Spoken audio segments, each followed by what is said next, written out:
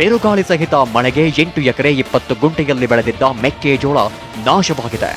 ಗದಗ ತಾಲೂಕಿನ ಲಕ್ಕುಂಡಿ ಹೊರವಲಯದಲ್ಲಿ ಘಟನೆ ನಡೆದಿದೆ. 3 ಲಕ್ಷ ಹಣ ಖರ್ಚು ಮಾಡಿ ಬೆಳೆದಿದ್ದ ರೈತ ಷಣ್ಮುಖಪ್ಪ ಕಣ್ಣೀರಿಡುವಂತಾಗಿದೆ. ಬೆಳೆಗೆ ಪರಿಹಾರ ನೀಡುವಂತೆ ಸರ್ಕಾರಕ್ಕೆ ಮನವಿ ಮಾಡಿದ್ದಾರೆ. ಬೆಂಗಳೂರಿನಲ್ಲಿ ಶನಿವಾರ ರಾತ್ರಿ ಸುರಿದ ಮಳೆ ಸಾಕಷ್ಟು ರಗಳೆ ತಂದಿಟ್ಟಿದೆ. ಬಸವೇಶ್ವರ ನಗರದಲ್ಲಿರುವ ವೃದ್ಧಾಶ್ರಮಕ್ಕೆ ನೀರು ನುಗ್ಗಿ ಹಿರಿ ಜೀವಿಗಳು ಗೋಳಾಡುವಂತಾಯಿತು. ವೃದ್ಧರ ದಾಖಲೆ ಹಾಗೂ ಆರೋಗ್ಯದ ಕುರಿತಾದ ದಾಖಲೆಗಳು ನೀರು ಪಾಲಾದವು. ರಾತ್ರಿಯೆಲ್ಲ ನಿದ್ದೆಗೆಟ್ಟು ಜಾಗರಣೆ ಮಾಡುವಂತಾಯಿತು. ಬಿಬಿಎಂಪಿ ನಿರ್ಲಕ್ಷ್ಯವೇ ಇದಕ್ಕೆಲ್ಲ ಕಾರಣ ಅಂತ ಆಕ್ರೋಶ ಹೊರಹಾಕಿದ್ರು.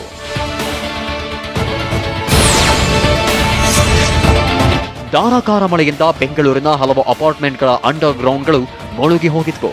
ಮಲ್ಲೇಶ್ವರಂ ತ್ರಿಪಿಯ ರೆಸಿಡೆನ್ಸಿ ಅಪಾರ್ಟ್ಮೆಂಟ್ ಜಲಾವೃತವಾಗಿ ಪಾರ್ಕಿಂಗ್ ಲಾಟ್ನಲ್ಲಿದ್ದ ಕಾರು, ಬೈಕ್ಗಳೆಲ್ಲ ಮುಳುಗಡೆಯಾಗಿದ್ವು.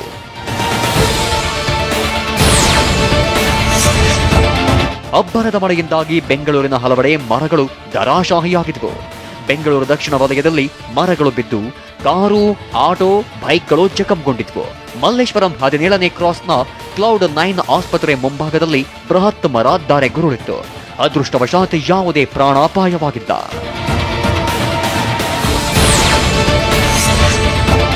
ವರುಣಾರ್ಭಟಕ್ಕೆ ಬೆಂಗಳೂರಿನ ಕೋಗಿಲು ಕ್ರಾಸ್ ಬಳಿ ತಡೆಗೋಡೆ ಕುಸಿದು ಅಪಾರ್ಟ್ಮೆಂಟ್ ಒಳಗೆ ನೀರು ನುಗ್ಗಿ ಅವಾಂತರ ಸೃಷ್ಟಿಯಾಯಿತು.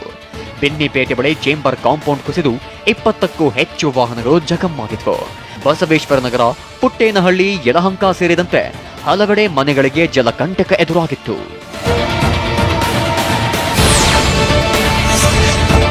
ಭಾರೀ ಮಳೆಯಿಂದಾಗಿ ಬೆಂಗಳೂರಿನ ಬೆನ್ನಿಪೇಟೆ ಪಾರ್ಕ್ ವೆಸ್ಟ್ ಅಪಾರ್ಟ್ಮೆಂಟ್ ಕಾಂಪೌಂಡ್ ಕುಸಿತಗೊಂಡಿತ್ತು. 10 ಅಡಿ ಎತ್ತರದ 20 ಅಡಿ ಉದ್ದದ ಕಾಂಪೌಂಡ್ ಕುಸಿದು 10ಕ್ಕೂ ಹೆಚ್ಚು ಬೈಕ್ಗಳು ಜಖಂವಾಗಿದ್ವು. ಮನೆ ಸಂಪ್ಗಳಿಗೆ ಡ್ರೈನೇಜ್ ನೀರು ನುಗ್ಗಿತ್ತು. ಮನೆಯಿಂದ ಹೊರಬರಲಾಗದೆ ಕೆಲಕಾಲ ಸ್ಥಳೀಯ ನಿವಾಸಿಗಳು ಪರದಾಡುವಂತಾಯಿತು.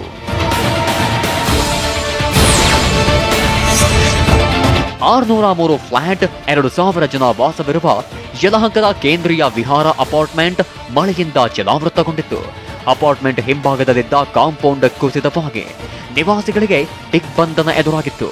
80ಕ್ಕೂ ಹೆಚ್ಚು ಕಾರು, 100ಕ್ಕೂ ಅಧಿಕ ಬೈಕ್ಗಳು ನೀರಲ್ಲಿ ಮುಳುಗಡೆಯಾಗಿದ್ವು.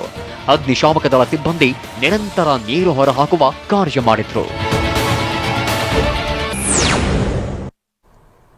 ರಸ್ತೆ ಅಪಘಾತದಲ್ಲಿ ಅದೃಷ್ಟವಶಾತ್ ಜನಪದ ಕಲಾವಿದ ಗುರುರಾಜ ಹೊಸಕೋಟೆ ಪಾರಾಗಿದ್ದಾರೆ. ಚಿರತೆಯೊಂದು ಪ್ರವಾಸಿಗರ ಬಸ್ ಮೇಲೇರಿ ಕುಳಿತಿತ್ತು. ಮೈಸೂರು ಯುವ ದಸರಾದಲ್ಲಿ ಹಿನ್ನೆಲೆ ಗಾಯಕಿ ಶ್ರೇಯಾ ಘೋಷಾಲ್ ಹಾಡಿಗೆ ಯುವಕರು ಕುಣಿದು ಕುಪ್ಪಳಿಸಿದ್ದಾರೆ. ಈ ಎಲ್ಲಾ ಸುದ್ದಿಗಳನ್ನು ನೋಡೋಣ ಕರ್ನಾಟಕ ನ್ಯೂಸ್ ಟಾಪ್ 9ನಲ್ಲಿ. ದೇಶ ಒಡೆಯುವ ದೃಷ್ಟಿಯಿಂದ ವಕ್ಫ್ ಕಾಯ್ದೆ ತಿದ್ದುಪಡಿಗೆ ಕೇಂದ್ರ ಸರ್ಕಾರ ಮುಂದಾಗಿದೆ. ಒಂದು ಸಮುದಾಯ ಗುರಿಯಾಗಿಸಿ ಬಿಜೆಪಿ ದ್ವೇಷದ ರಾಜಕಾರಣ ಮಾಡ್ತಿದೆ ಅಂತ ಕಾಂಗ್ರೆಸ್ ರಾಜ್ಯಸಭಾ ಸದಸ್ಯ ನಾಸೀರ್ ಹುಸೇನ್ ಆಕ್ರೋಶ ವ್ಯಕ್ತಪಡಿಸಿದ್ದಾರೆ. ಹುಬ್ಬಳ್ಳಿಯಲ್ಲಿ ಮುಸ್ಲಿಂ ವಕೀಲರ ರಾಜ್ಯ ಮಟ್ಟದ ಸಮಾವೇಶ ಉದ್ಘಾಟಿಸಿ ಮಾತನಾಡಿದ ಅವರು, ಬಿಜೆಪಿ ಮತ ಬ್ಯಾಂಕ್ ಗಟ್ಟಿ ಮಾಡಿಕೊಳ್ಳಲು ಒಂದೊಂದೇ ಅಜೆಂಡಾ ಜಾರಿಗೆ ತರ್ತಿದೆ. ದೇಶದಲ್ಲಿ ದಂಗೆ ಎಬ್ಬಿಸುವ ಹುನ್ನಾರ ನಡೆದಿದೆ ಅಂತ ಕಿಡಿಕಾರಿದ್ದಾರೆ.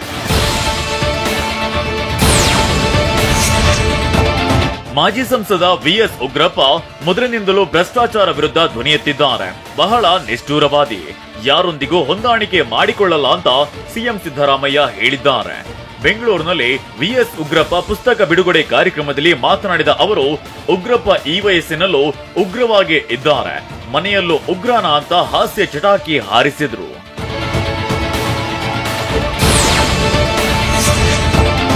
ಎಲ್ಲ ತಂದೆ ತಾಯಂದಿರು ಬಂದೂಕು ಪರವಾನಿಗಾಗಿ ಸರ್ಕಾರಕ್ಕೆ ಅರ್ಜಿ ಹಾಕಿ ಮನೆಯಲ್ಲಿ ಮಗಳಿದ್ದಾಳೆ, ಊರಲ್ಲಿ ರಾಕ್ಷಸರಿದ್ದಾರೆಂದು ಆ ಅರ್ಜಿಯಲ್ಲಿ ಬರೆಯಿರಿ ಅಂತ ದರ್ಶನ್ ಫ್ಯಾನ್ಸ್ ಬ್ಯಾನರ್ ಹಾಕಿರೋ ಘಟನೆ ಚಿಕ್ಕಮಗಳೂರಿನ ಬಾಳೆಹೊನ್ನೂರಿನಲ್ಲಿ ನಡೆದಿದೆ.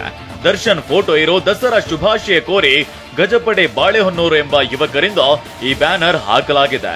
ಆದ್ರೆ ಈಗ ಈ ಬರಹವನ್ನ ಮರೆ ಮಾಡಲಾಗಿದೆ.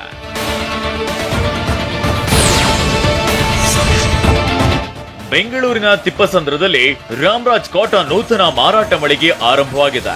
ಸಿವಿ ರಾಮನಗರ ಶಾಸಕ ಎಸ್ ರಘು ಹಾಗೂ ಶ್ರೀ ಸಚ್ಚಿದಾನಂದ ಸರಸ್ವತಿ ಸ್ವಾಮೀಜಿ ದಿವ್ಯ ಸಾನ್ನಿಧ್ಯದಲ್ಲಿ ನೂತನ ಮಳಿಗೆ ಉದ್ಘಾಟನೆ ಆಯಿತು. ಸಾಂಪ್ರದಾಯಿಕ ಧೋತಿ, ಶರ್ಟ್ ಮತ್ತಿತರ ಉಡುಪುಗಳನ್ನು ತಯಾರಿಸಿ ಮಾರಾಟ ಮಾಡುತ್ತಿರುವ ರಾಮರಾಜ್ ಕಾಟನ್ ಅಪ್ಪಟ ಅರಳೆ ಬಟ್ಟೆಗಳ ಮಾರಾಟದಲ್ಲಿ ಛಾಪು ಮೂಡಿಸಿದೆ. ದಕ್ಷಿಣ ಭಾರತದಲ್ಲಿ ಒಂದೇ ಕಡೆ ಸಾಂಪ್ರದಾಯಿಕ ಉಡುಪುಗಳು ಸಿಗುತ್ತಿರುವುದು ಸಂತೋಷದ ವಿಷಯ ಅಂತ ಶ್ರೀ ಸಚ್ಚಿದಾನಂದ ಶ್ರೀಗಳು ಶುಭ ಹಾರೈಸಿದ್ದಾರೆ.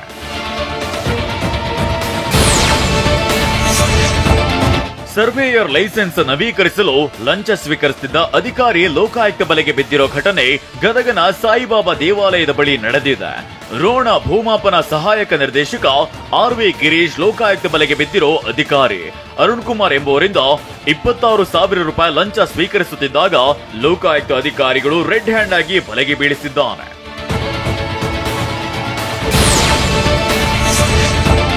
ಬಾಗಲಕೋಟೆಯ ಮುಧೋಳದ ಸೋರಗಾವಿ ಬಳಿ ಜನಪದ ಕಲಾವಿದ ಗುರುರಾಜ್ ಹೊಸಕೋಟೆ ಕಾರು ಅಪಘಾತಕ್ಕೀಡಾಗಿದೆ.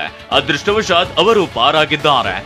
ಎದುರಿಗೆ ಬಂದ ವಾಹನಕ್ಕೆ ಡಿಕ್ಕಿ ತಪ್ಪಿಸಲು ಹೋಗಿ ಕಾರು ರಸ್ತೆ ಪಕ್ಕದ ಕಲ್ಲಿಗೆ ಡಿಕ್ಕಿ ಹೊಡೆದಿದೆ. ಇದರಿಂದಾಗಿ ಕಾರು ನಜ್ಜುಗುಜ್ಜಾಗಿದೆ. ಯಾವುದೇ ಪ್ರಾಣಾಪಾಯ ಸಂಭವಿಸಿಲ್ಲ. ಸಿಂಧನೂರಿನಿಂದ ಮಹಾಲಿಂಗಪುರಕ್ಕೆ ಹೊರಟಿದ್ದಾಗ ಅಪಘಾತ ಸಂಭವಿಸಿದೆ.